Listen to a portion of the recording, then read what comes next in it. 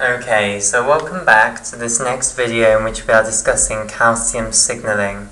Okay, right, so we've been discussing IP3 receptor mediated calcium signals, okay, and before we now move off IP3 receptor mediated calcium signals, what I want to do is give you an example of where IP3 receptor mediated calcium signaling is really important. And the example that I'm going to give is in smooth muscle cell contraction. Okay, now we're going to study this in quite a bit of detail because we're also going to study skeletal and cardiac muscle contraction when we come on to discuss ryanodine receptors and their involvement in calcium signaling.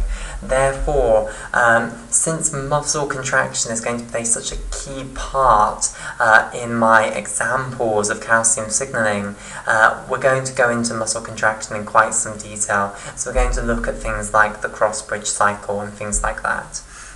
Okay, right, so we're going to start off then with smooth muscle cell contraction, which involves IP3 receptor mediated calcium signals. Okay, so smooth muscle cell contraction. Okay, right, so firstly what I want to do is discuss the structure of smooth muscle cells, okay, and how we're actually going to induce calcium signals within these smooth muscle cells, and then we'll discuss how they actually contract, so the contractile machinery within smooth muscle cells. Okay, and then we'll discuss how the calcium signal actually causes the commencement of contraction within a smooth muscle cell. Okay, so just a little bit on the structure of a smooth muscle cell firstly. So, smooth muscle cells, they have this characteristic spindle shape like so, okay, where they have a fat belly in the middle and then very thin ends. Okay, and we'll be abbreviating smooth muscle cell throughout this video down to SMC basically, S for smooth, M for muscle, and then C for cell. Okay, right, so that's really all we need to know at the moment about smooth muscle cell structure. We'll come on to discuss the contractile machinery in much more detail in a moment, okay? But for now, let me just tell you about how we're going to actually get the calcium signal. Now, you can get calcium signals in smooth muscle cells in many different ways. One of the main ways actually doesn't involve the release of calcium from the intracellular stores at all, but rather the entrance of calcium from the extracellular fluid. Okay, however, we're interested in IP3 receptor mediated calcium signals, so we're going to be interested in release of calcium from intracellular stores. Okay, so one way then that you can activate global calcium signals inside these smooth muscle cells is through activating M3 receptors that are on the surface of the smooth muscle cells. Okay, so one of the key receptors that they have on their surface is M3 muscarinic acetylcholine receptor, which hopefully you'll remember is one of those archetypal examples of a GQ/11 coupled G protein coupled receptor. Okay, so its ligand is acetylcholine. So basically, if we put our smooth muscle cell in a high concentration of acetylcholine in the extracellular fluid, then many acetylcholine molecules are going to end up binding to M3 receptors on the surface of the smooth muscle cell, and this will be occurring all over the surface of the smooth muscle cell. So lots of M3 receptors on the surface of our smooth muscle cell are going to get acetylcholine binding to them. Okay, now what does that then lead to? Well, that leads to IP3 being produced all over the cytoplasm of the cell, basically, in the way that we've now discussed. Okay, and we know what happens if we get global rises in IP3 in the smooth muscle cell. We're now going to get repeated calcium waves propagating across the smooth muscle cell. Okay, so this is going to lead to calcium waves. So these are global calcium signals. Calcium is going to be going up in the cytoplasm of the cell all over the place. So our next job now is to see why these global calcium signals, why every time calcium spikes up in these cells, you get a contraction of the smooth muscle cell. Okay, so we want to see why does elevating cytosolic calcium above 100 nanomolar, maybe up to around 1 micromolar, actually lead to contraction of our smooth muscle cell. Okay, so in order to answer that question then, we need to have an understanding of the contractile machinery within a smooth muscle cell. Okay, and what we need to discuss then is actin filaments and myosin filaments. Okay, so I'm going to start off by discussing actin filaments, but before we discuss actin filaments, we need to discuss the things which attach to actin filaments, or rather the things which actin filaments are attached to in smooth muscle cells. So in skeletal and cardiac muscle cells, actin filaments are arranged with incredible order. Okay, they're arranged into these beautiful things called sarcomeres. Okay, and this is so ordered that the skeletal and cardiac muscle cells end up having patterns that can be seen down a light microscope. Okay, and these patterns are called striations. Okay, and that's why skeletal and cardiac muscle cells are called striated muscle cells collectively. Smooth muscle cells do not have nearly as ordered arrangement of actin filaments. Okay, and this is why they're not striated, and instead they are smooth, basically. Okay, so let me talk about the arrangement then of actin filaments within smooth muscle cells. So basically, you have these structures called dense bodies dotted around the place within the cytoplasm of our smooth muscle cell, and also attached to the cell membrane of our smooth muscle cell here. Okay, like so. I might put one just there. Okay, so these turquoise dots here, these are representing dense bodies. Okay, and these are structures within the smooth muscle cell that you have dotted around the place in the cytoplasm and attached to the cell membrane of the smooth muscle cell, which are organizers for actin. Okay, so actin filaments attach to these dense bodies. Okay, so let me show this for one of these dense bodies. So let's take this dense body here, this little one. Okay, it will have actin filaments attached to it, and these actin filaments will be running along the axis, or rather the long axis of the smooth muscle cell. So this is the long axis of the smooth muscle cell, and the actin filaments that are attached to dense bodies in these smooth muscle cells will be generally oriented along the long axis. Okay, so if I show this for another one then now. Okay, I'm just thinking which one would be a good one to show it on. Maybe this one here. Okay, and I maybe made those actin filaments a little bit long for my picture here on that one, but never mind. Okay, this one here has also got these actin filaments running in generally the long axis of the smooth muscle cell direction. Okay, and the principle here is that we are going to put myosin filaments dangling in between the actin filaments from two nearby dense bodies, okay, and they are then going to end up pulling the two dense bodies closer together. So you can imagine that if we have this same arrangement between all of these dense bodies, then you can imagine all of the dense bodies being pulled closer together along the long axis, and therefore the entire cell is going to be contracting down, but we'll come back to that more later on. Okay, so before we go on to discuss the myosin filaments, let's just study actin filaments in a little bit more detail. Okay, so actin filaments then. Actin filaments are built out of the monomer, which is actin. Okay, now the monomer of actin filaments, actin itself, is not a great big strand of a protein. Instead, it's a small little globular protein, okay, which we will represent as a little blob, like so. So this is representing our monomer of actin, our monomeric actin. So this is an individual globular actin protein. Okay, so how from this little protein do you build these huge great filaments? Okay, well the way that you do it is you construct two molecules of what are known as F-actins. Okay, so you're going to make two F-actin molecules. Now what are F-actin molecules? Well, the F here in F-actin stands for filamentous actin. Okay, and these are the structures out of which you can build actin filaments. Okay, so you have to build these two F-actin molecules, these two filamentous actin molecules, and then you intertwine them together to make an actin filament. Okay, so what is an F-actin molecule and how do we get it from the actin monomer?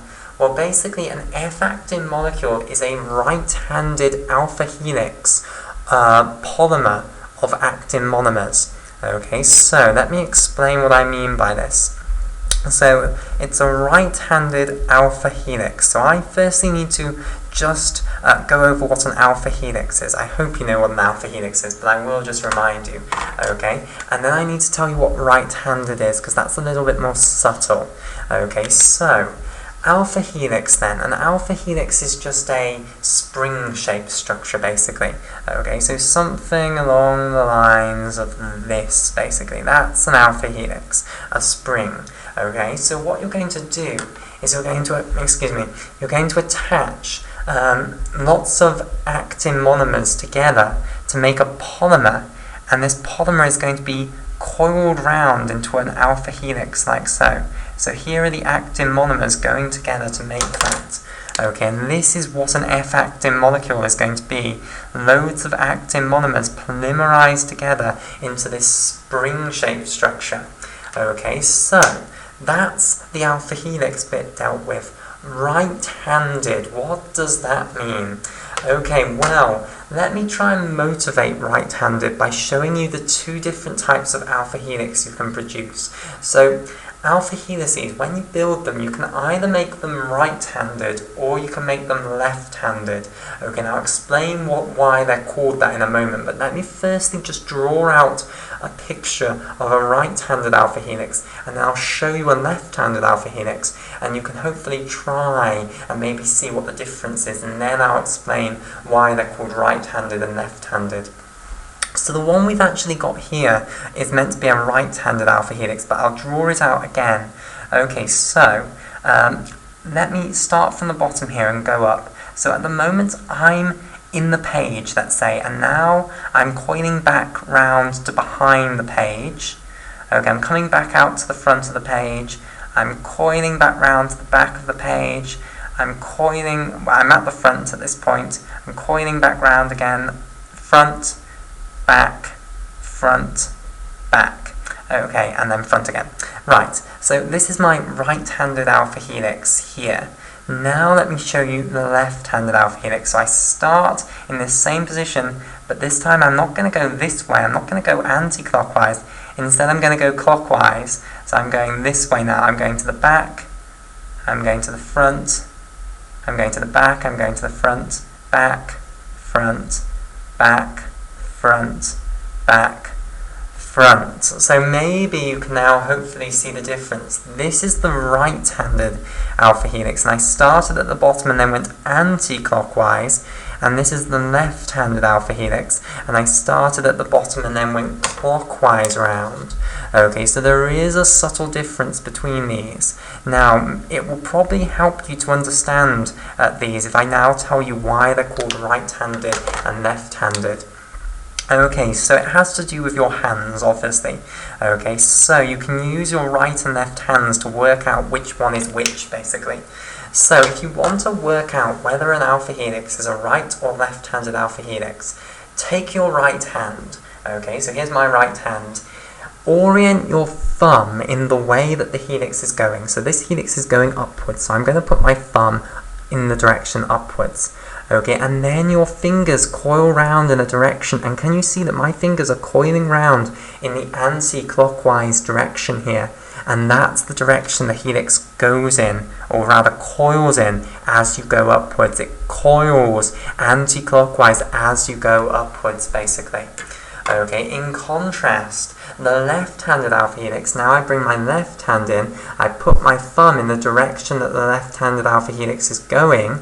Okay, so I put my thumb in this direction here, and now you can see that my fingers coil around in the clockwise direction, so the helix needs to coil around in the clockwise direction as it goes up. So that's why that one's called the left-handed one and that one's called the right-handed one. Okay, so that's a little bit of the subtleties of alpha helices there. Right, so F-actin molecules, the reason we were discussing this was because F-actin molecules are going to be these right-handed alpha helices of actin monomers. Okay, so I'm going to model my actin monomer on this, basically. It's going to coil round in a anti-clockwise direction, okay? If I put my thumb in the direction that the alpha helix is going, and when I draw this, it's going to be on a slant, so the direction in which it's going is this way. It's going to be coiling into the page, like my fingers are going at the moment, into the page. Okay, so basically, at the front, it's going to be at the page, and then as it coils round, it's going to be coiling into the page. So, let me try and draw this, and then I'll show you how it is a right-handed alpha helix. Okay, so here are all of my actin monomers polymerized together to make this right-handed alpha helix, to make this F-actin molecule. And now it's starting to turn around, so this is supposed to be right at the front. So imagine this is in the plane of the piece of paper, then it's going backwards here. Okay, similarly it's going backwards here. Okay, like so. So I'll just draw this out and then I'll try and explain it. Okay, so here we go. So basically, this portion is supposed to be at the front of the piece of paper. This portion is supposed to be at the back of the piece of paper, or behind the piece of paper rather. And it's supposed to be coiling round in that direction. Okay, so as we go up, it's coiling round in the anti-clockwise direction. So if I just reorient this like so, it's supposed to be like that picture of the right helix that we saw before. So I start at the bottom here, and I then wrap round in the anti-clockwise direction. I continue wrapping round in the anti-clockwise direction. Okay, that's what I have drawn here, hopefully. Now, although I haven't achieved this, and I doubt I have achieved it, I might just have achieved it. No, I don't think I have. Although I haven't achieved this in my picture, in reality, in one turn of the F-actin molecule, okay, so in this sort of one turn, so you start here and then you turn round and then get back to where you started, okay, there should be 13 actin monomers. I haven't achieved that. How many have I actually put there? 1, 2, 3, 4, 5, 6, 7, 8, 9, 10, 11. Okay, so I was close. Okay, but I'm not going to even try in my pictures to make it exactly 13 actin monomers. But nature obviously does better, and it is 13 actin monomers a turn in an F-actin molecule in reality. Okay, so there's a useful piece of knowledge. Right, okay, so that's an F-actin molecule, this right-handed alpha helix of actin monomers polymerized together. That is not, however, an actin filament. To create an actin filament, what you need to do is get another one of these things and intertwine them together, and this is where it goes from subtle to just difficult to visualize, okay? But I'll draw you a nice picture of it. So we're going to get another one of these, and we're going to sort of intertwine it with this one. So I'm now going to put the other one slightly out of phase here, and it will intertwine with this one. So I'll draw this and then explain what you're actually seeing here. So it's going to be going under this one here, okay, and then when this one's at the back over here, it's going to be going over the top of it, okay, like so. And this really becomes a lot easier to see if I colour it in. Okay, so I'll colour this one in vivid purple here. So here is another one of these F-actin molecules intertwined with our first one here, which is here in green. Okay, like so. Right, so there you can see that the green one's going over the top of the purple one here, and then here the purple one goes on top of the green one, and then here the green one will go on top of the purple one again.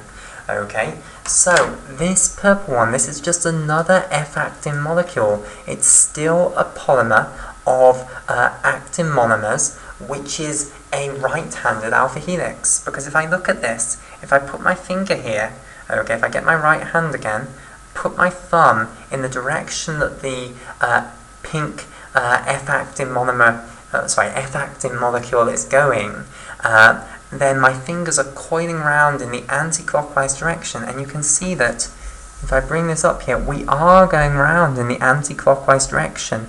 Okay, this is coiling round in the anti-clockwise direction. So that is another F-actin molecule, basically, intertwined with the first one, and that now is an actin filament. Now, there is another incorrect aspect to this picture. Not only should it be 13 actin monomers in the perfect picture world, okay, that makes up one term, but the other thing that's slightly incorrect is that I've shown these spaces in between the two F-actin molecules. Okay, those spaces are not really there in an actin filament. In an actin filament, all of these actin monomers in the two different F-actin strands are very close together, so it's much tighter. Imagine taking this and squashing it, basically, and that's what an actin filament really looks like. Okay, it's more difficult to draw that, and it's more difficult to understand what it is if I draw it like that, but that's what it actually looks like. Okay, so imagine squashing this down and having the two neighbouring actin monomers in the two different F-actin strands very close together, and that's what an actin filament should look like. Okay, right, so that is an actin filament. These are what these are here. These things attached to these dense bodies, this is what they really are, these two intertwined F-actin strands, basically. Okay, so that's actin filaments. What we now want to turn our attention onto is myosin filaments. Okay, now, if we're going to discuss myosin filaments, we firstly need to discuss myosin molecules, okay, because there are different portions to the myosin molecule, and it's more important that we actually know something about the structure of the myosin molecule than it was that we know something about the structure of an actin monomer. Okay, so we didn't bother sort of talking about the actin monomer in any detail when we talked about how it is constructed into these actin filaments, but we do need to know something more about the myosin filaments if we're going to understand how calcium signals are going to initiate muscle contraction in smooth muscle cells. Okay, so let me firstly then talk about a myosin molecule rather than a myosin filament. So I'm at the moment talking about a monomer, basically, not the filament. The filament's going to be made out of loads of myosin monomers joined together. Okay, so a myosin monomer then, it's actually made up of 6 separate proteins joined together. Okay, now 2 of these proteins are what are known as myosin heavy chains. Okay, and I'm going to start off by showing you the myosin heavy chains. Okay, now I can't just draw one myosin heavy chain without drawing the other one at the same time. Okay, it would look really odd if I just draw one. So I'm going to draw both of them at the same time, and then I'll explain it. Okay, so both myosin heavy chains have a head region, and together the 2 heads of the 2 myosin heavy chains make the head of the myosin molecule. Okay, so you would say that the myosin molecule has one head, which is made out of the heads of the myosin heavy chains. Okay, and these are the 2 heads of our myosin heavy chains. They then have alpha helices coming down. Now these lines are representing alpha helices. Okay, so really they should be little springs like so. And then what ends up happening is the alpha helices end up coiling around one another. Okay, and this is very different from what we have just been talking about. We've been seeing how alpha helices can intertwine with one another in the case of these F-actin molecules. Okay, now what I'm going to show you is alpha helices wrapping around one another. Okay, like so. Okay, so each one of these lines is not just a linear portion of the polypeptide, it's an alpha helix in its own right, and I'll colour it in to show that in a moment. Okay, and these alpha helices are coiling with one another, like so, and when you have domains in proteins where you have 2 alpha helices coiling like this, it has a special name. Okay, these sort of structures are common in proteins. Okay, and it's called a coiled coil domain.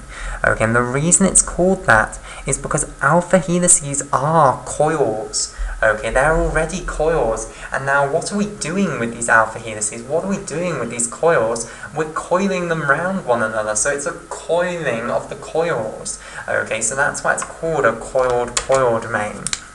Okay, so let me explain this in a little bit more detail then. So each of these green lines here, or rather this green line that I'm showing you here, this is not a linear polypeptide, this is an alpha helix. So if I was to zoom in on this, what I would now see is that this is actually a tiny little spring structure, like so, and this is what's intertwining with another spring structure. So really this green line should be a little spring like this, okay? And then now I'll colour the other myosin heavy chains alpha helix in blue here, okay, like so. And what we are doing is wrapping these two alpha helices around one another, okay, like so. So this is very different from what we did in the case of the F-actin molecules. The F-actin molecules, those alpha helices were actually intertwined with one another. We haven't intertwined these alpha helices, we've wrapped them round one another. So it's a grander scale, it's on a bigger scale to that, basically. Okay, right, so that is what is meant by a coiled coil domain, and that's how these alpha helices of the myosin heavy chains are attached to one another, basically. Okay, so these are the two myosin heavy chains, which for short are abbreviated as the MYH proteins. Okay, so the MY here is for myosin, okay, and then the H is for heavy. Okay, and then the C, well, there isn't a C, but we would say this is a myosin heavy chain. Okay, some people will abbreviate myosin heavy chain down to MHC. However, that's a dangerous abbreviation to use. Why? Because when you say MHC to someone who is well up on biology, they do not instantly think myosin heavy chain. They instead think major histocompatibility complex. So don't use the abbreviation MHC because of the liability for it to be confused with major histocompatibility complex. Okay, right. So what we have so far is the basic skeleton of a myosin monomer. The other bits that I'm about to add on, the four other proteins, they're minor bits. This is the major portion of the myosin monomer. So let's just discuss the different portions that we've got here. So this portion that I'm showing down here, this is what's known as the tail region of the myosin monomer. This portion that's sort of sticking out as an angle from the tail portion, this is what's known as the hinge portion of the myosin monomer, and this portion up here, constructed out of the two heads of the myosin heavy chains, this is known as the head region of the myosin monomer. And I want to stress that you would not say that a myosin monomer has two heads. You would say it has one head that is constructed out of the two heads from the two myosin heavy chains. Okay, right, so this is the head region of the myosin monomer here. Okay, right, so those are the two myosin heavy chains now attached to one another. What I now want to add in is these four other proteins, which are going to look rather pathetic compared to the two myosin heavy chains. Okay, and the four other proteins that we're going to see, they are called the myosin light chains. Okay, and each one of the heads of the myosin heavy chains has two myosin light chains attached to it. So let me now show these here. Okay, and I'll colour these in red and orange, which probably wasn't a great colour choice because they don't now appear that different. Okay, so in red here, these are what are known as the regulatory myosin light chains, and you do abbreviate myosin light chain down to MLC because there's not the risk that that will be confused for anything. It's just myosin heavy chain that you don't really want to abbreviate down to MHC, although some people will do. Okay, so this is regulatory, and then it's myosin, that's the M, and then it's a light chain, that's the LC. So the regulatory myosin light chain, and I'll colour code this in. That's the one that we're representing by those red blobs. Okay, so each of the two heads of our myosin heavy chains, okay, so each of the myosin heavy chain heads has a regulatory myosin light chain attached onto it. Okay, now, sitting next to it then there is that other myosin light chain, which is the alkali myosin light chain, okay, which is abbreviated down to the A MLC. So this is alkali, that's the A, and then the MLC, we know what that stands for. That stands for myosin light chain. Okay, right. So now that's the full myosin monomer basically. Okay, and there is a reason that I have gone into this in so much detail. We are going to need to understand what the regulatory myosin light chain is later on, okay, to understand how you initiate smooth muscle cell contraction in response to a calcium signal. So there is a purpose to us having studied the myosin monomer structure in so much detail. Okay, so it's constructed out of these 6 proteins all joined together. Now this isn't the way I'm going to represent myosin monomers from now on. I'm going to use a much simpler, much cheaper picture, okay, which I can draw much quicker. I'm going to draw myosin monomers from now on like so. Okay, and I'll colour code the different portions up. So this portion here, this is representing the tail, which is made out of the coiled coil of these 2 alpha helices of the myosin heavy chain. Okay, this portion that I've now coloured in turquoise, this is representing this hinge region here. Okay, and again that was a bad choice of colour because turquoise and blue look very similar. Okay, and this portion, which I'll now colour in purple, that's representing the head region of the myosin monomer. So the 2 heads from our 2 myosin heavy chains are being now represented by that single purple blob, and they're going to function together basically. Okay, right, so that's a myosin monomer. Now what I want to do is show you how you can use myosin monomers to make myosin filaments. Okay, so myosin filaments then, they have 2 sides to them, okay, and the 2 different sides are going to have the myosin monomers oriented in opposite directions. So I'm firstly going to show one side of the myosin filament, and then I'll show you the other side of the myosin filament. Okay, so very simply what you do is you combine loads of myosin monomers together to make a myosin filament. Now how do you attach all of these myosin monomers together? Well, you use the tail regions. The tail regions can all end up attaching to each other. So it ends up being a total sort of bundle mess, basically. So here is one myosin monomer here. Here's another myosin monomer. And we can see that the tail regions are what are attaching together. Now I'll add in more here. Here's another myosin monomer. Here's another myosin monomer. And we can just continue this on and on, putting more and more myosin monomers into this with their tail regions all aggregating together like so into this bundle down the middle. Okay, so that is one side of this myosin filament then. Okay, now on the opposite side, which I'll draw here, you turn it the opposite way. Okay, so you're going to continue the myosin filament on, but now the myosin monomers are going to be oriented in the opposite way, okay, so that their tails are pointing in the opposite directions, basically, okay, and therefore their heads and their hinge regions are oriented in the opposite direction, okay, and this is really important to understand, okay, because this is why you can have the opposite effects on different actin molecules, or rather actin filaments, that the myosin filament is overlapping with.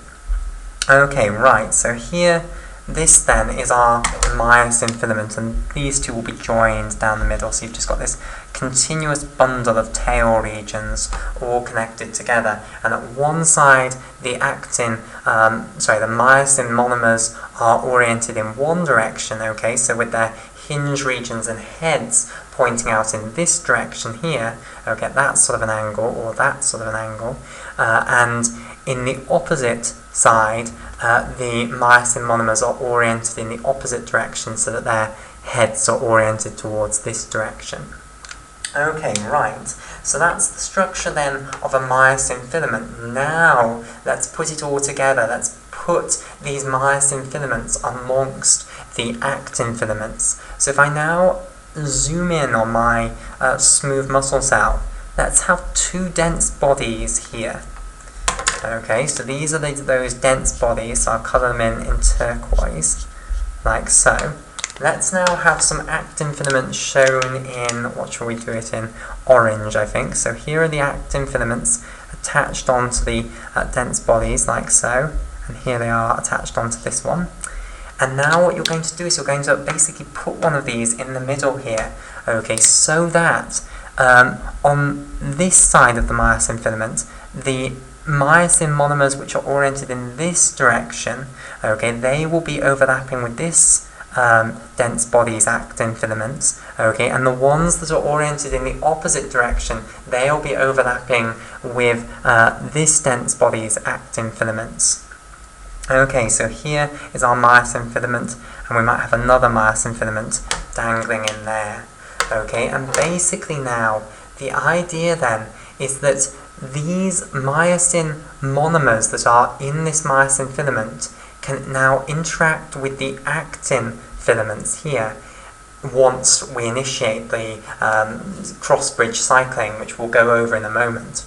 Okay, and what's going to happen is these myosin monomers in myosin filaments are going to pull actin filaments in the direction, the opposite direction to the direction in which their heads are oriented. So what do I mean by that? So these heads here are oriented in this sort of a direction, okay, facing that way, okay. The hinges are going either in that sort of direction or that sort of a direction or that sort of direction, but overall they're pointing that way. And they are going to pull any actin filament that they interact with in this direction, basically, towards where their tails are pointing, basically. Okay, so over here, what you're going to get is these actin filaments are going to be pulled in this direction.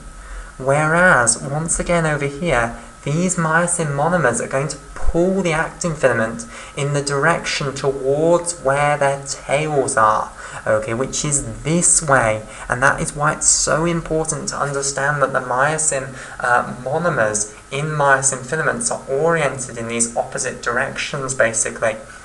Okay, because now what's going to happen over here is these actin filaments are going to get pulled in the opposite direction to these actin filaments, and therefore you're going to pull the two dense bodies closer together, and that's what underlies the contraction of the smooth muscle cell. Okay, this interaction between the myosin filaments and the actin filaments, and it's essential that the myosin filaments have these two opposite sides, basically, where the myosin monomers have their hinges and heads oriented in the opposite directions, and of course also their tails. The entire myosin monomer is oriented in the opposite direction. Okay, and this is going to result in dense bodies being pulled closer to one another.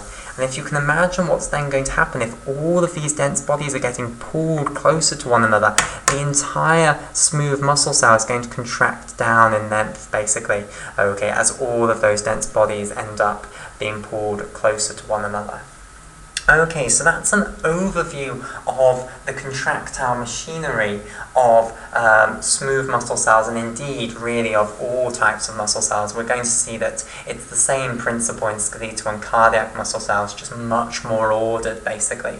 Okay, what we will move on to in the next video is looking at how calcium signals, how global calcium signals are actually going to initiate this process. So the first thing we'll have to talk about is why are smooth muscle cells not normally contracting? So what is stopping them normally from contracting? And there's two parts to this.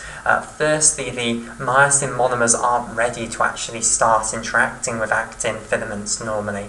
Okay, and secondly, the actin filaments aren't actually ready to interact with myosin filaments. They have tropomyosin blocking them. And that's something that people often forget when they're talking about smooth muscle cells. They neglect the tropomyosin. Okay, they act as though it's not there, but in fact tropomyosin is there in smooth muscle cells. It's bound to the actin filaments in a different way to how it's bound in in skeletal and cardiac muscle cells, but it is still there and it does play an important role. Okay, so once we've then discussed what is stopping a smooth muscle cell from contracting normally, we can then discuss why, when you suddenly get a calcium signal arriving, that actually then initiates the contraction process within the smooth muscle cell.